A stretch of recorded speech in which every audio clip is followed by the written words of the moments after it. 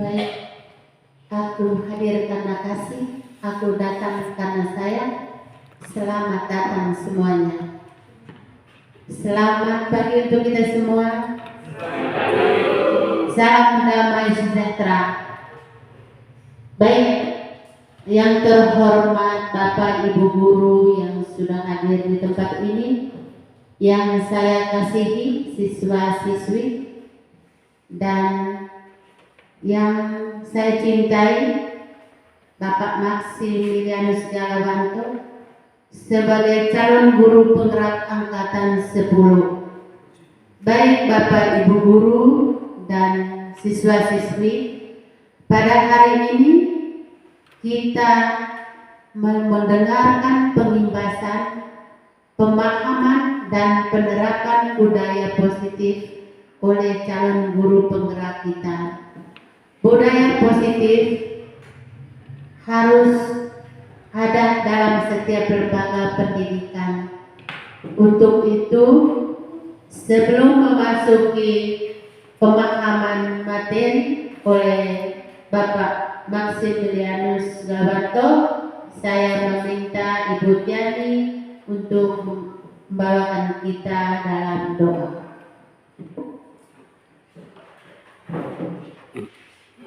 Saya minta kita semua izinkan saya membawa doa ini secara Katolik. Dalam nama Bapa,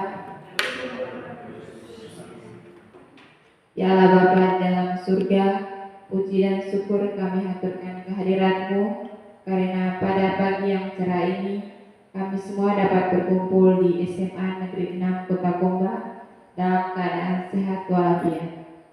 Ya Allah Bapa di dalam surga, sebentar lagi kami akan mengikuti kegiatan diseminasi pemahaman dan penerapan budaya positif. Kami mohon berkat dan perlindungan-Mu sehingga kegiatan ini dapat berjalan dengan lancar.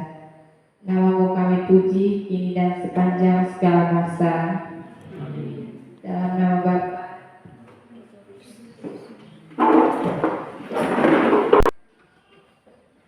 Baik, terima kasih kepada Ibu Tiani yang sudah membawakan kita dalam doa. Waktu sepenuhnya saya serahkan kepada Bapak Maximilianus Galawanto untuk menyampaikan materinya tentang budaya positif. Waktu dan kesempatan saya berikan.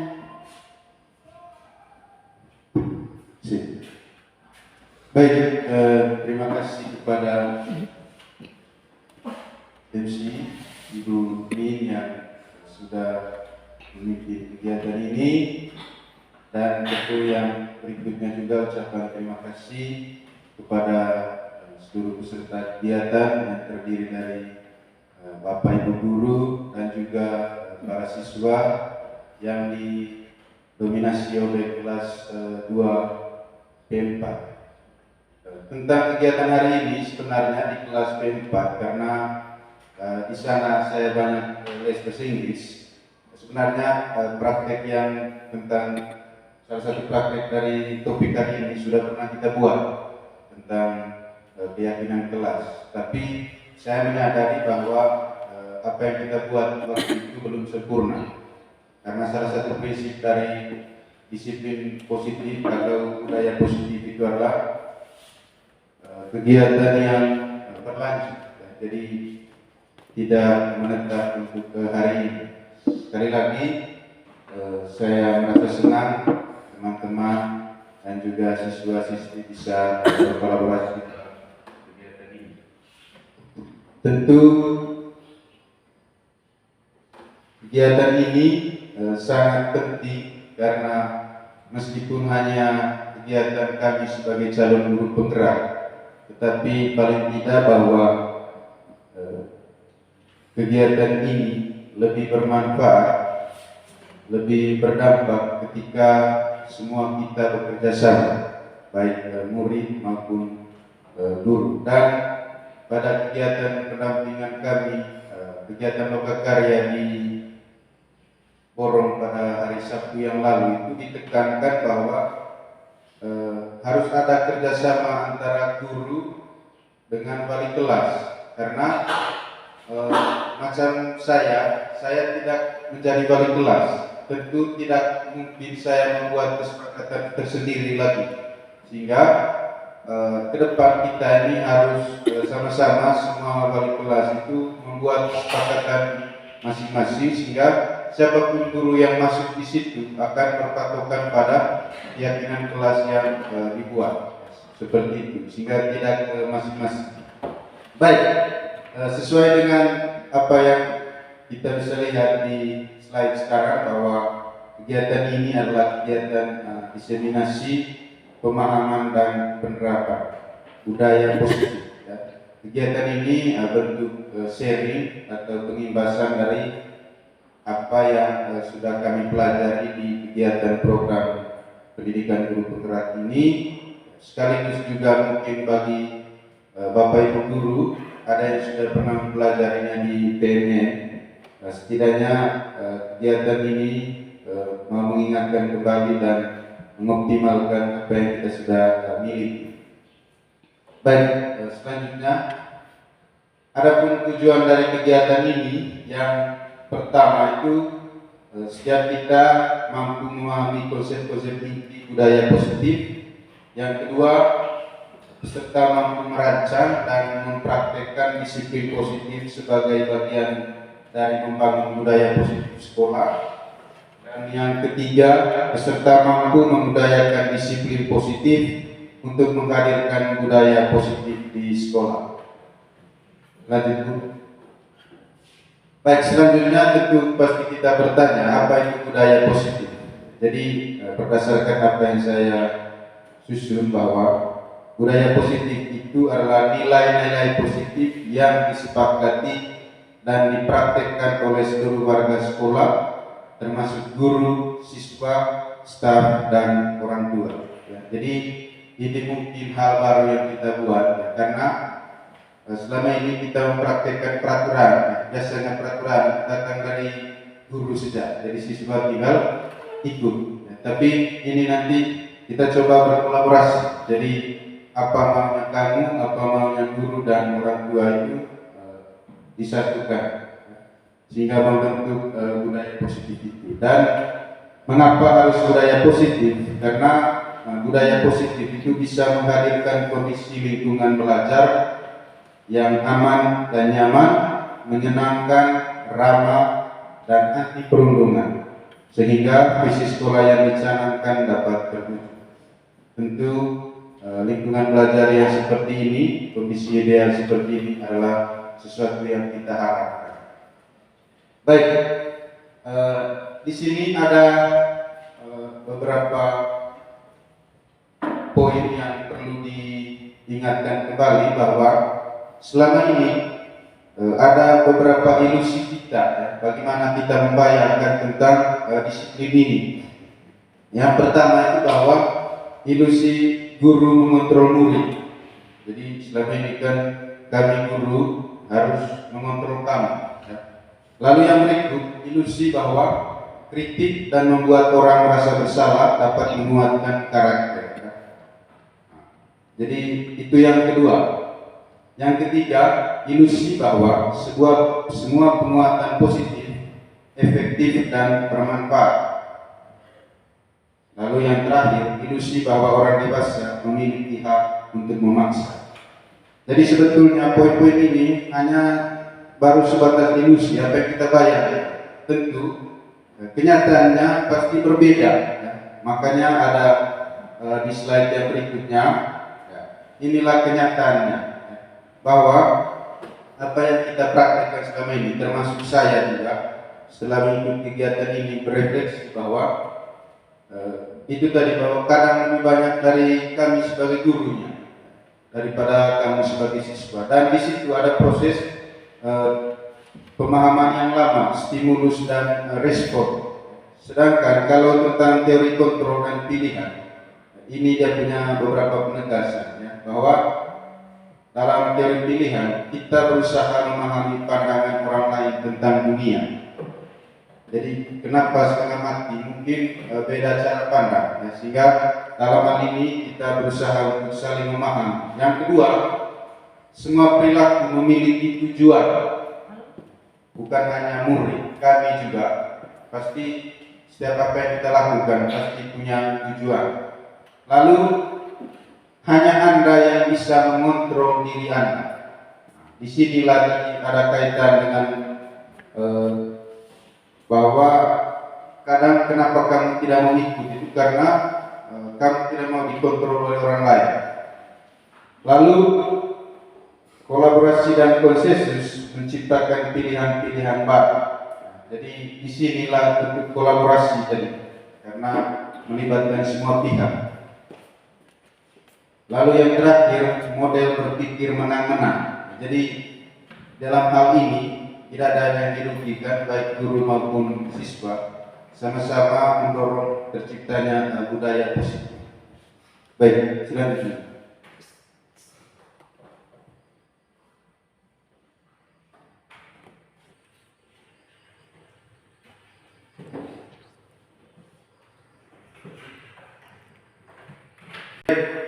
Nah, ini adalah konsep-konsep inti dari budaya positif. Mungkin ada yang sudah mengenal salah satu dari ini, dari siswa-siswi. Ada yang sudah tahu tentang 7 konsep ini, mungkin ada yang sudah kenal. Tentang Baik, terima kasih atas waktu dan kesempatan yang telah diberikan kepada saya.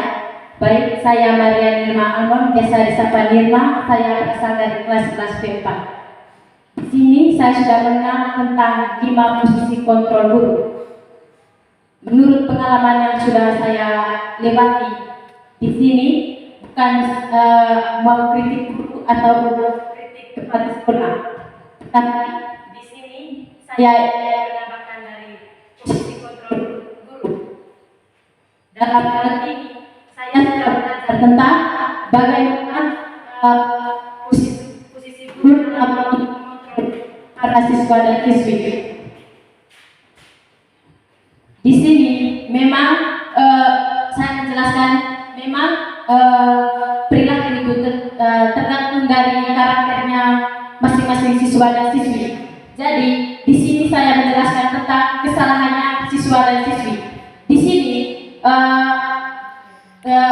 contoh pertama yang saya ambil itu tentang anak-anak yang tidak mengerjakan tugas atau yang tidak pernah yang sering terlambat dan sering tidak datang sekolah.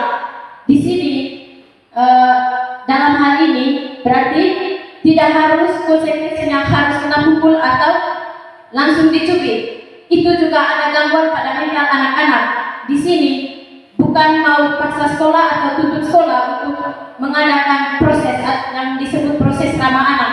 Karena di sini anak-anak tidak asal melakukan kesalahan kalau tidak ada halangan atau mungkin ada masalah dari dalam diri atau masalah keluarga dan lain-lain.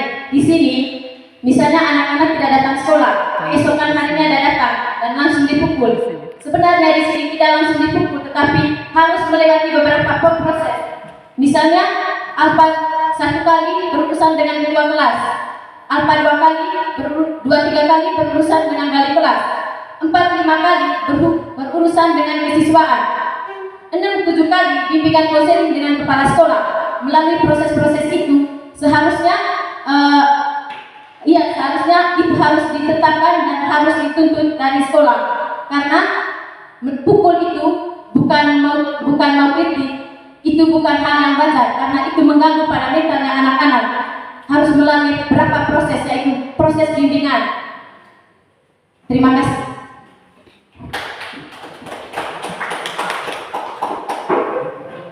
Baik, terima kasih kepada Nirma yang sudah memberikan pandangannya yang dengan semangat ya.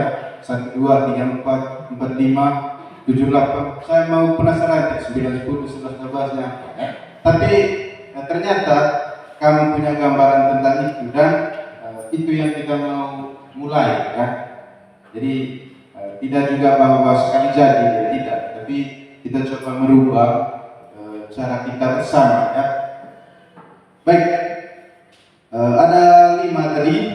Yang pertama itu nilai-nilai kebajikan universal, yang kedua disiplin positif, yang ketiga ketiga motivasi perilaku manusia, yang keempat 5 kebutuhan dasar manusia, yang kelima posisi kontrol guru, yang keenam keyakinan kelas, dan yang terakhir segitiga resitus. Kita akan membahas ini satu persatu, dan mungkin dalam penjelasan ke depannya ini akan terjawab apa yang disampaikan oleh Nirma. Yang pertama itu nilai-nilai kebajikan. Nilai-nilai ini merupakan payung besar dan sikap dan perilaku kita, atau nilai-nilai yang merupakan fondasi kita berperilaku. Nilai-nilai kebajikan adalah sifat-sifat positif manusia yang merupakan tujuan mulia yang ingin dicapai setiap individu. Nilai-nilai kebajikan yang disepakati bersama, lepas dari suku, bangsa, agama, bahasa, maupun latar belakang. Jadi, kalau kita meyakini nilai ini, sama dengan bahwa nilai ini menyatukan kita semua. Jadi nilai-nilai ini kalau kita yakini pasti akan berguna bagi kehidupan ini. Jadi budaya positif itu adalah perubahan yang terjadi karena kita menghayati nilai-nilai ini, bukan karena paksaan atau dorongan dari orang lain. Baik, selanjutnya disiplin positif, ya. Pasti selama ini kita sudah mengetahui dan mempraktikkan tentang disiplin ini. Pasti kita sudah tahu apa itu disiplin, tapi di sini ada positifnya, ya. Bahwa disiplin positif adalah bentuk kontrol diri, yaitu belajar untuk mengendalikan diri agar dapat mencapai suatu tujuan mulia, yakni nilai-nilai kebajikan universal. Jadi nilai yang sudah kita yakinkan di poin sebelumnya tadi itu, ketika kita menghayati itu sebenarnya disiplin. Disiplin positif, ya. Disiplin positif itu adalah sesuatu yang datang dari dalam diri, ya. Sehingga tadi semacam Nirma sampaikan, kalau memang ada kesadaran bahwa mengerjakan tugas itu penting, membuat saya memiliki pengetahuan yang baik, maka proses hukuman itu pasti tidak akan terjadi seperti itu. Jadi ada keyakinan dari dalam diri kamu betapa pentingnya mengerjakan tugas. Itulah yang disebut dengan nilai dari dalam diri. Yang berikut, setiap tindakan kita juga itu ada motivasinya, ada hal yang mendasar. Di sini ada 3 poin, ada 2 yang berwarna merah dan 1 yang berwarna hijau. Di 2 warna merah itu ada ekstrinsik dan di bawah itu intrinsik. Ya, jadi ini adalah motivasi mengapa orang melakukan sesuatu. Yang pertama, untuk menghindari ketidaknyamanan atau hukuman, ya. Jadi mungkin ada baik kami guru maupun siswa yang setiap hari datang tepat waktu, ternyata dia datang itu hanya karena takut untuk tidak dihukum, ya, seperti itu. Yang berikut, untuk mendapatkan imbalan atau hukuman. Jadi ada yang mendapat pujian dari guru, ada yang mungkin mendapat hadiah, tapi itu juga sifatnya datang dari luar diri kita. Sedangkan yang ketiga, motivasi yang ketiga itu adalah untuk menjadi orang yang mereka inginkan, apa keinginan kita dan apa yang kita lakukan, dan menghargai diri sendiri dengan nilai-nilai yang mereka percaya. Jadi kita bergerak karena nilai yang kita hayati tadi. Baik, selanjutnya Ibu. Baik, selanjutnya tentang 5 kebutuhan dasar manusia. Yang pertama itu bertahan hidup, yang kedua kasih sayang dan rasa diterima, kebebasan, kesenangan dan kemuasan. 5 kebutuhan ini, kebutuhan pertama itu sesuatu yang berkaitan dengan jasmani kita, ya, macam makan, minum, ya, sehingga kalau tidak makan belajar itu pasti loyo. Ya. Tapi di sini juga problem, karena saya merenung kalau banyak orang yang tidak makan, apakah sekolah yang harus menyediakan? Tapi ya pasti Prabowo sudah tahu jawaban. Tetapi di sini paling tidak jangan dari rumah menyerahkan persoalan lagi ke sekolah, ya, bahwa pergi saja tanpa makan. Jadi di sini kolaborasi. Jadi kamu kalau diperhatikan oleh orang tua bahwa sebelum datang sekolah harus makan, pasti di sini juga pembelajaran berjalan dengan efektif. Ya. Yang kedua dan yang kelima itu berkaitan dengan psikologi jiwa, ya. Jadi ada yang orang yang membutuhkan kasih sayang dari guru, ada yang pada saat guru mengajar dia main game, itu karena orang itu mau memenuhi ini padahal poin kesenangan, ya. Lalu ada juga yang kalau guru jelas di depan, kamu di belakang tidak mau dengar, tidur. Mungkin dia mau kebebasan, dia mau belajar di luar, ya. Jadi apa yang kita buat sebenarnya, termasuk saya, sebenarnya mau memenuhi kebutuhan diri saya. Baik, yang berikut.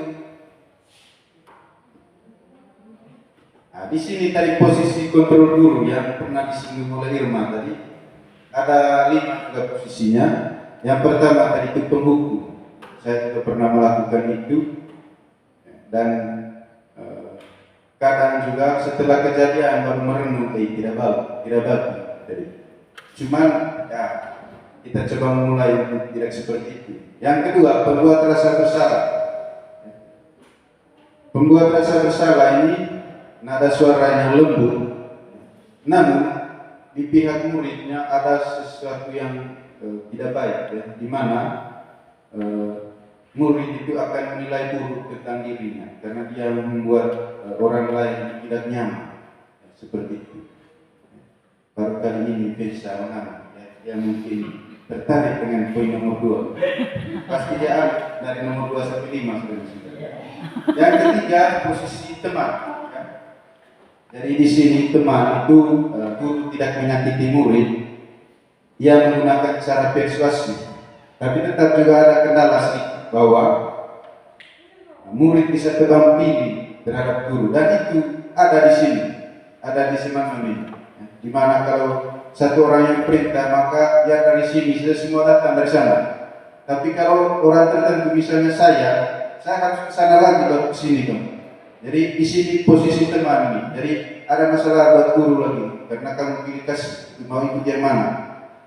Lalu ada pemantau.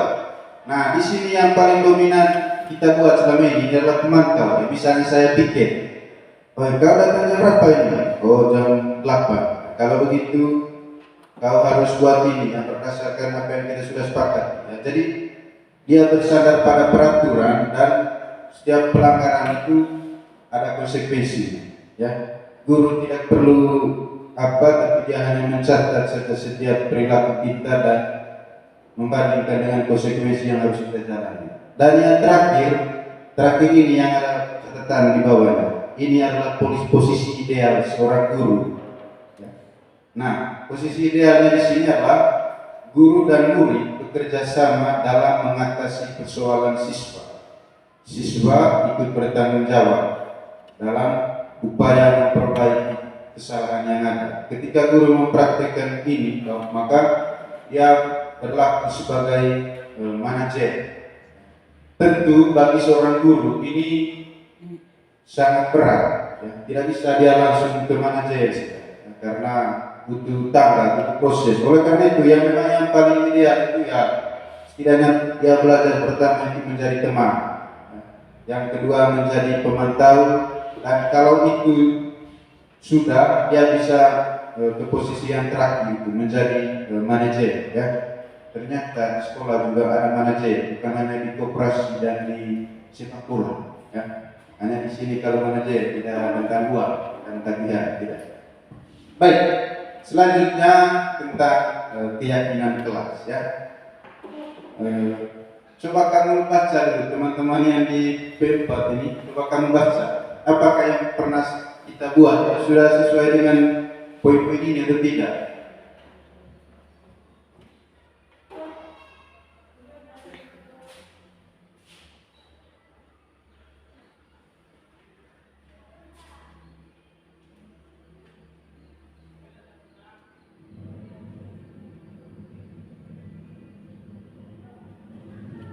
Yang pernah kita buat untuk les bahasa Inggris itu sudah memenuhi 5 langkah ini?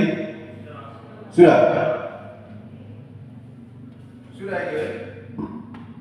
Baik ya, kalau sudah berarti kita senang karena ternyata kita sudah buat lebih dulu. Tapi kalau saya pribadi ada beberapa hal yang kita belum lewati baik waktu itu. Ya. Jadi ada 5 proses dalam membuat keyakinan kelas. Yang pertama, menggali peraturan-peraturan yang disepakati kelas. Jadi selama ini peraturan di kelas itu sudah ada, cuma mungkin bukan dalam bentuk tertulis. Lalu yang kedua, mengubah peraturan-peraturan yang sudah dibuat ke dalam kalimat positif. Misalnya begini, di peraturan kan tidak boleh datang terlambat. Maka untuk merubah menjadi kalimat positifnya adalah datang sekolah tepat waktu. Itu maksudnya. Jadi semua peraturan yang nadanya negatif dirubah ke dalam kalimat positif. Yang ketiga, menyaringkan peraturan-peraturan yang sudah dibuat menjadi nilai kebajikan atau keyakinan. Ya. Ketika kita hadir sekolah tepat waktu itu, kira-kira nilai apa yang kita mau tampilkan? Kalau setiap hari datang sekolah jam 7, nilai apa yang mau dibangun di situ? Ya, nilai disiplin, ya. Nilai disiplin atau juga bisa nilai tanggung jawab. Ya. Jadi keyakinan itu yang nanti akan dibuat menjadi keyakinan kelas. Yang keempat, kegiatan pendalaman keyakinan. Jadi ketika beberapa poin keyakinan sudah disepakati, ada kegiatan pendalaman.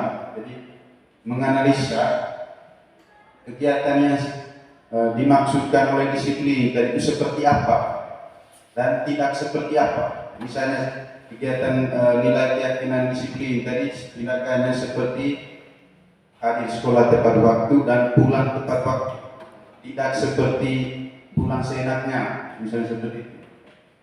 Dan yang kelima, kegiatan pendalaman yang berikutnya itu adalah tugas saya dan tugas kamu. Di sini berkaitan dengan posisi tanggung jawab, apa tugas gurunya, apa tugas siswanya, apa tugas teman, apa tugas saya. Di situ di bagian pendalaman. Dan mungkin yang kita buat selama ini di PM itu hanya sebatas nomor 1 sampai 3 saja. Ya. Jadi nomor 45-nya belum. Dan ada catatan kecil di sini bahwa keyakinan kelas bisa terus diupdate sesuai dengan kondisi. Ternyata bukan status saja bisa diupdate, tapi keyakinan kelas juga bisa. Dalam konteks ini, misalnya ada wali kelas yang bapak kelas nanti, tentu meskipun muridnya masih sama, gurunya masih sama, mungkin ada kondisi yang sudah berbeda. Disinilah dia butuh update. Apalagi kalau tidak bapak kelas, di kelas 2 gurunya lain, kelas 3 guru walinya lain. Pasti ada sesuatu yang sedikit berbeda. Baik, yang berikutnya Yusuf. Ini yang terakhir tentang segitiga restitusi. Berkaitan dengan segitiga restitusi adalah tindakan dalam mendisiplinkan siswa. Dan dalam posisi ini tadi, kalau guru menangani kasus dengan menggunakan segitiga restitusi, sebenarnya tadi dia sudah memainkan posisi sebagai manajer. Dan bagaimana segitiga restitusi itu berkaitan dengan keyakinan kelas tadi. Ya. Misalnya ketika Vesa tidak datang sekolah dan tidak beritahu, maka tidak macam tadi Irma, datang saya ambil saya kayu pukul, tidak, tapi menggunakan ini segitiga restitusi. Kenapa segitiga? Karena memang ada 3 sisi yang harus kita lewati. Ya. Kalau ada 4 maka jadi segi 4. Nah, di sini ada 3. Yang pertama, menstabilkan identitas. Menstabilkan identitas. Yang kedua, validasi tindakan yang sahabat. Dan yang ketiga, menanyakan keyakinan. Kalau saya secara pribadi sudah pernah mempraktekkan ini 2 kali. Maksudnya secara utuh. Dalam kegiatan praktek aksi nyata dan kegiatan baru-baru, ya. Dan waktu kelas 1 di kelas 10D waktu itu saya lihat ada perubahan. Untuk les saya, les bahasa Inggris di Rizal dengan siapa Eka, ya. Jadi mereka dulu waktu les bahasa Inggris itu bolos terus. Tapi setelah menggunakan ini, ya, mereka tidak polos lagi untuk les bahasa Inggris dan mungkin tidak tahu lagi untuk les lainnya. Dan kemarin di kelas P4 Denny dan Menglaus ya, tapi tetap juga terlambat bisa, tetap juga tidak datang. Ya, disinilah poin yang di bawah ini saya mau katakan ya, bahwa pendekatan restitusi itu bukanlah kegiatan sekali jadi. Tidak restitusi hari ini maka aman sudah terbanyak dalam pendisiplinan murid. Tetapi guru perlu berupaya terus-menerus bila murid melakukan pelanggaran dan membutuhkan waktu yang lama. Nah, ketika restitusi ini berhasil, maka restitusi memberi efek jangka panjang. Karena apa? Nilai yang kita yakini tadi itu berasal dari dalam diri kita. Dan beda dengan hukuman pendisiplinan model lain. Tentu kita semua, baik Bapak Ibu guru, kalau ditanya tentang pengalaman guru waktu sekolah begitu, pasti sampai sekarang masih ingat. Misalnya dipukul oleh guru itu, dia bisa menceritakan kembali dari awal sampai akhir tanpa satu pun yang dilupakan. Itu berarti kejadian itu sangat membekas. Jadi yang membekas di sini bukan hal yang positif, tapi justru hal yang negatif, sulit dilupakan. Nah, restitusi ini ya, dia efeknya jangka panjang, tapi sesuatu yang positif ya, karena nilai yang kita yakini tadi. Makanya ketika segitiga restitusi itu, yang pertama itu misalnya tadi bisa datang, bisa terus saja Bapak ya. Ini hanya contoh sudah ya. Bisa tidak datang sekolah, contohnya Irma tadi, bisa tidak datang sekolah dan tidak beritahu ya. Misalnya karena ada acara bakar ayam ya. Biasanya begitu cara izinnya dulu, ada acara bakar ayam Pak. Nah, kalau bakar ayam terus berarti tidak datang sekolah terus. Nah, di sini guru menstabilkan identitas dengan begini. Bisa saya tidak melihat kesalahan Anda, kesalahan tidak masuk sekolah. Saya di sini mau mengajak Bisa untuk menemukan solusi jalan keluar. Bagaimana perasaan kamu kalau saya bertindak seperti itu? Padahal sudah salah tadi, tidak datang sekolah tanpa pemberitahuan. Bagaimana perasaan adik-adik? Ya? Senang? Ya? Tidak senang? Ada 3 tipe yang harus disadari. Yang pertama, terima kasih, minta maaf yang terus. Ya benar. Tidak. Kalau dalam konteks yang ini tadi, kalau kamu sudah tidak datang, cuma saya bilang tidak apa-apa, ya, tidak datang sekolah itu bukan masalah. Bagaimana tanggapan kamu kalau guru begitu? Kamu kan pasti rasa oh baik, tidak apa-apa ya. Tapi ada langkah yang keduanya, validasi tindakan yang salah. Nah, di sini kami akan bertanya, kenapa kamu tidak datang? Muncul tadi misalnya alasannya karena ada acara bakar ayam Pak. Ini tidak bisa disalahkan karena budaya ada. Atau misalnya juga begini, bantu mama waktu petik coklat karena memang sudah tidak ada uang bagi kami. Itu kan alasannya memang masuk di akal, ya. Nah, tapi di sini validasi tindakan itu artinya setiap tindakan kita itu pasti macam tadi itu ada kebutuhan yang ingin dipenuhi, seperti itu. Dan di bagian yang ketiga menanyakan keyakinan. Ketika Anda tidak datang sekolah itu berarti nilai keyakinan apa yang kamu sudah lalaikan, seperti itu. Tentu macam tadi tentang disiplin dan tanggung jawab. Nah, ketika penanganan kasusnya seperti ini, tentu baik murid maupun guru tidak ada persoalan. Kalau pukul tadi mungkin ya, ada yang datang lagi lapor balik di sini dan lain sebagainya. Tapi kalau dalam posisi ini, ya, semuanya macam tadi win-win, menang sama menang. Ya. Nah, jadi tidak ada yang menjadi korban di sini. Disinilah segitiga restitusi dan kita coba memulainya dengan segitiga restitusi ini dalam penerapan pendisiplinan di sekolah. Ya. Baik, selanjutnya ini mungkin lagi 2 dari terakhir. Jangan masuk terakhir, karena terakhir. Terima kasih. Di sini kita Q&A session ya, pertanyaan tanya jawab ya. Mungkin ada yang mau bertanya dan saya akan menjawab, atau bukan hanya saya, mungkin teman-teman lain juga ada pertanyaan, jawaban ya. Ada.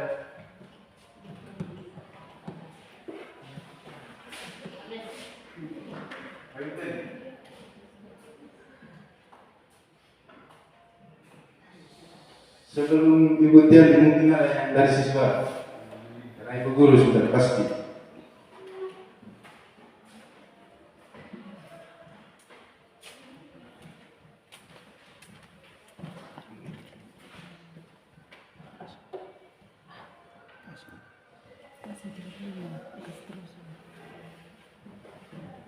Tidak ada. Dari Ibu Tian sudah begitu. Indonesia dengan Ibu Dika karena perwakilan.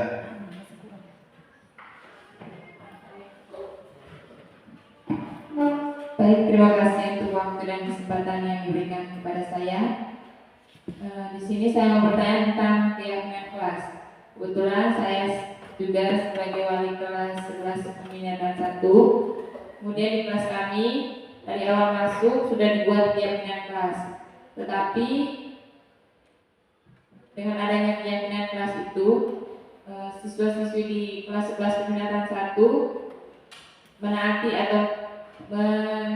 keyakinan kelas itu hanya beberapa bulan saja, tapi setelah itu kembali ke mulai awal keadaan yang sebenarnya gitu. Pertanyaan saya, bagaimana tindak lanjut yang bisa kita lakukan sehingga keyakinan kelas itu dapat berjalan terus, maksudnya konsisten terus setiap hari. Terima kasih.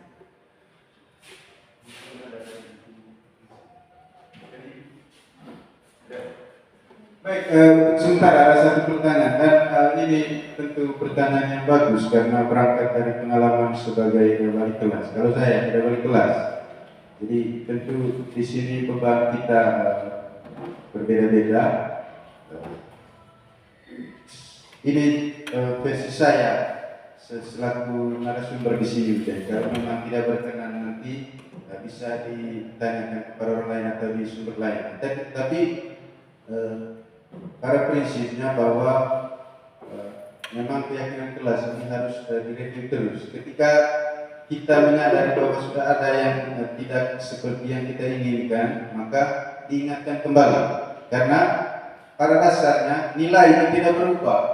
Nilai kebajikan tadi itu apapun nilai yang kita yakin, tidak berubah. Justru yang berubah itu adalah kita guru atau siswa, karena lingkungan, ya, karena sesuatu yang datang dari luar. Sehingga untuk menguatkan kita di sini adalah kita duduk kembali dengan anak-anak dan mengingatkan kembali tentang nilai-nilai keyakinan itu.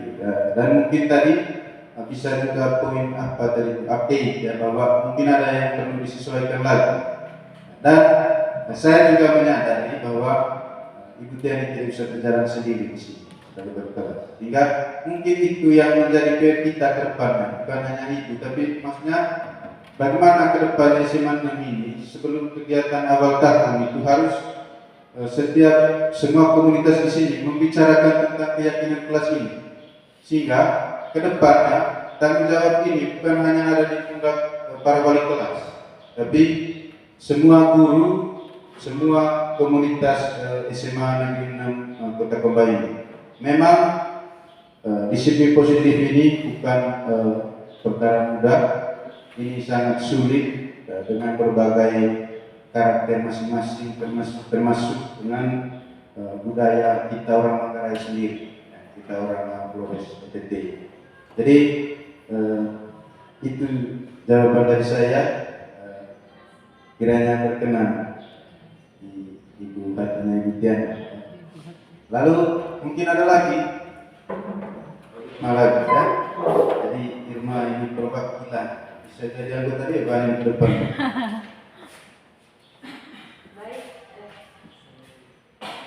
Baik, terima kasih atas waktu dan kesempatan yang telah diberikan kepada saya. Jadi di sini saya bukan mau apa, tapi saya ingin menambah jawaban dari Pak. Jadi di sini karena minta maaf Ibu Tiani sudah memberikan pertanyaan, tapi di sini saya hanya ingin menambah jawaban dari Pak. Sesuai yang Ibu tanya tadi, apakah bagaimana ke depannya apabila anak-anak melalaikan tentang keyakinan kelas? Karena di sini siswa itu bukan hanya menjalankan, tetapi mereka juga adalah salah satu orang menyepakati dengan kesepakatan dengan keyakinan kelas. Jadi tugas guru di sini mendorong anak-anak supaya tetap menjalankan dengan keyakinan kelas tersebut, karena tidak asal dibuat kalau bukan berasal dari kesepakatan. Terima kasih. Baik, terima kasih kepada Irma. Ternyata Irma mau menegaskan tadi bahwa disiplin positif itu Gio bukan hanya tugasnya Irma, ya, tapi tugasnya Gio, Irma, dan kita semua. Sehingga tadi dikatakan bahwa keyakinan kelas itu kan dibuat bersama, baik guru maupun siswa. Dan keyakinan kelas kita juga tidak efektif itu ya, salah satu faktornya juga itu karena saya sebagai gurunya kurang menghayati nilai yang kita sudah sepakati ya. Tapi pasti ada tantangan tentang disiplin positif, tetapi ketika ada tantangan maka tidak ada pilihan lain selain menghidupkan kembali ya. Karena kalau misalnya mentok dari posisi kontrol guru, misalnya ketika dengan manajer dia tidak memberikan perubahan apa-apa, tidak mungkin kita masuk ke bawah lagi menjadi penghukum. Itu sesuatu yang tidak mungkin lagi, karena itu sudah level yang paling atas ya. Benar bahwa kita harus melihat terus ya, melihat kembali, mereview terus itu keyakinan kelas ya. Baik, masih ada lagi? Bella mau apa ya? Macam-macam. Tidak ada. Baik. Kalau tidak ada, saya pikir bahwa kegiatan kita ini sudah selesai, dan tentang tentu harapannya bahwa kedepannya kita sama-sama membangun ini budaya positif ya. Dan kenapa harus budaya positif tadi dengan cara disiplin? Karena ketika kita menerapkan disiplin positif, maka tugas untuk menyukseskan Anda itu bukan lagi guru, orang tua, tetapi siapa? Dari siswanya, Anda sendiri ya. Sehingga dalam institusi tadi itu di bagian menanyakan keyakinan itu bisa ditanyakan seperti ini. Apa cita-cita Anda? Apa hal yang ingin Anda sampaikan? Dan di sini pentingnya itu visi tadi, cita-cita Anda, karena cita-cita itu yang menggerakkan Anda untuk maju. Sehingga marilah kita sama-sama menyadari bahwa nilai apa yang kita ingin yakini, dan itulah gunanya kesepakatan atau keyakinan kelas tadi, bahwa kita berpedoman pada nilai-nilai itu. Sekali lagi, itu saja pemaparan materi saya hari ini, dan ya, thank you, terima kasih, see you next time ya. Sampai bertemu di kesempatan berikutnya. Baik, waktu selanjutnya saya berikan kepada Ibu Min.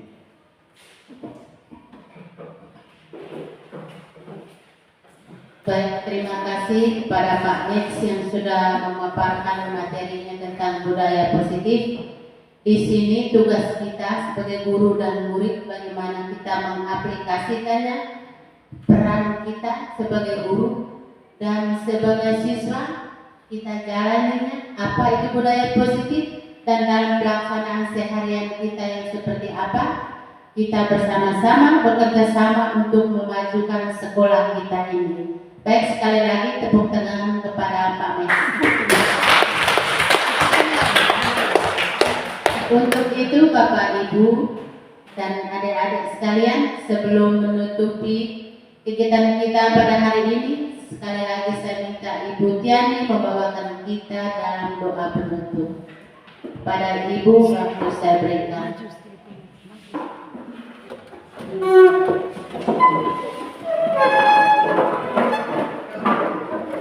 Marilah kita menyiapkan hati dan batin kita untuk berdoa dalam nama Bapa.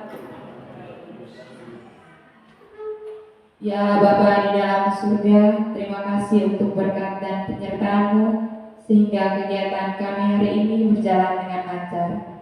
Kami mohon berkat-Mu, semoga apa yang telah kami dapat dan kami pelajari hari ini bisa kami terapkan untuk kedepannya, terkhususnya di SMA Negeri 6 ini.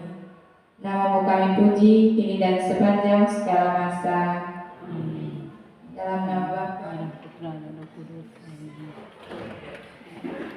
Bapa. Baik Bapak Ibu dan adik-adik semua, dengan berakhirnya doa penutup kita, maka berakhirlah pula kegiatan kita. Sekian dan terima kasih.